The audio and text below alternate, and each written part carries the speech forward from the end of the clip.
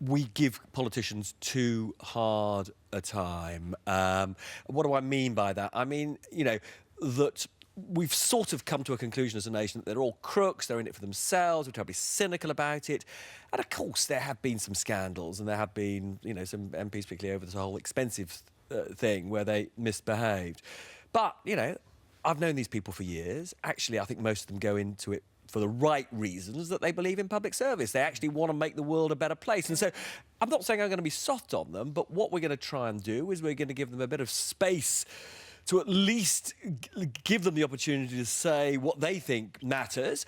If I and my colleagues think they're talking nonsense, we'll point that out. But I'm not going to start from the presumption of guilt, as it were. The trouble is, though, that I've always found that with any politicians that I've met, they are at their most interesting off-camera. That's totally right. Or when they've quit that job and gone on to do something else. You're so right. It's amazing how fun and interesting these people are when they're not on camera. Something happened, I was a political editor, actually, in the 90s when New Labour really began this obsession with staying on message, with spin. And something big happened in politics then, which is that politicians became less and less comfortable saying what they think.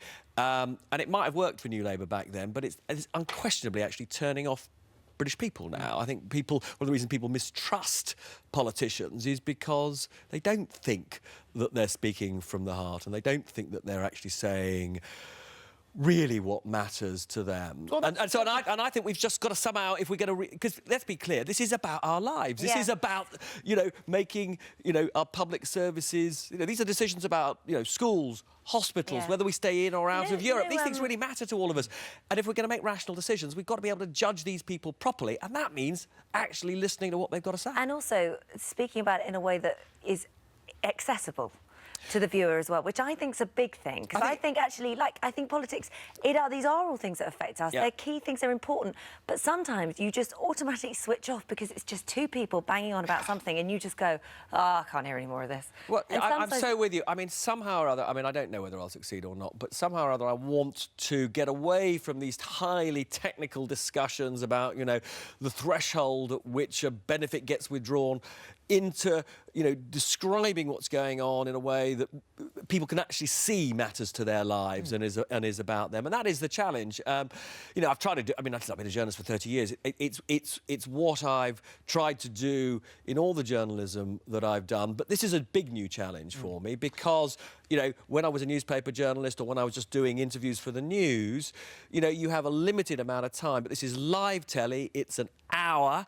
The temptation is to get bogged down in the same old sort of row over the issue of the week. And we've somehow got to get away from that. If you manage to get through Brexit, in or out, and that discussion without the spin, which makes us all dizzy, because you have no idea whose figures you can trust, you have no idea who's being completely honest with you, and that surely is one that if you can straighten that out for us, tell us what they actually believe and what's the truth behind each argument. I completely agree with you. I think this is the biggest decision that actually any of us are going to probably make in our lifetimes, as it were, in a political sense. It's a really important vote because I think this is a vote that's forever, as it were, and it really is about who we are as a nation. I think part of the problem with it is, partly, as you say, there's huge amounts of spin, there's huge amounts of putting particular glosses on certain bits of information. But, of course, there is also a lot of uncertainty. We don't know about what kind of trade arrangements we'll have later.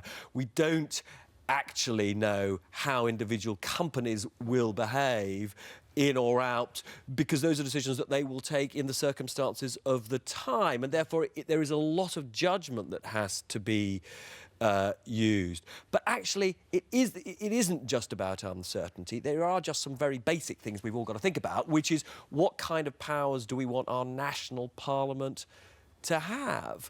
That is just a straightforward question for all of us. And it isn't, that is not that complicated. So there is a sort of... a way of doing it. There is a sort of way of thinking about it that is about us. What kind of bond do we have with people across the channel? Lots of young people think that it is absurd to think of ourselves as anything other than European, which is another really important issue for all of us. Something else that is becoming a rather important issue to all of us is your hair. I mean, this is the difference between being a newspaper journalist to being on TV. I mean, your team were tweeting about the fact you've had a new haircut today. Your hair's got its own Twitter account.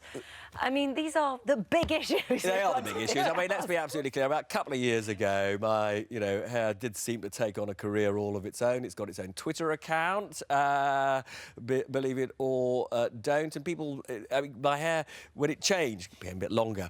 People did become a little bit obsessed with it. Obviously, that was the most important thing journalistically that ever happened to me. And so, as a result of that, actually, funnily enough, I did think to myself, because when I left the BBC, I had a leaving video in which Nicky Clark, the rather brilliant hairdresser, did a little interview which was very, very funny about my hair. So I thought the best thing to do for the new show is to go and see him, and he can sort my hair out for the new show. So you can tell me whether you think the new look is sort of is okay. What do you think? I like. It's very soft and bouncy. It has a lovely shine. OK, we're going to tweet that. Oh, what a political heavyweight sitting on the sofa. Would you ever believe that you'd be discussing your hair? I didn't think that when I first became a journalist 30 years ago. That was not something that I thought would happen. But quietly, you love it. Listen, at the end of the day, if people... What I care about as a journalist is that people are interested in the things that I'm interested in, which are issues like in or out of Europe, or what happens to the health service and the doctors' strike and all of that. And if actually, in the course of getting through to them, they want to talk a bit about my hair or whether I wear a tie or not, I'm thrilled. Yeah. Just so long as they also are interested in the things that really matter to me. Well, I hope you achieve what you're setting out to achieve. Yeah, good luck on Sunday. It's a great idea.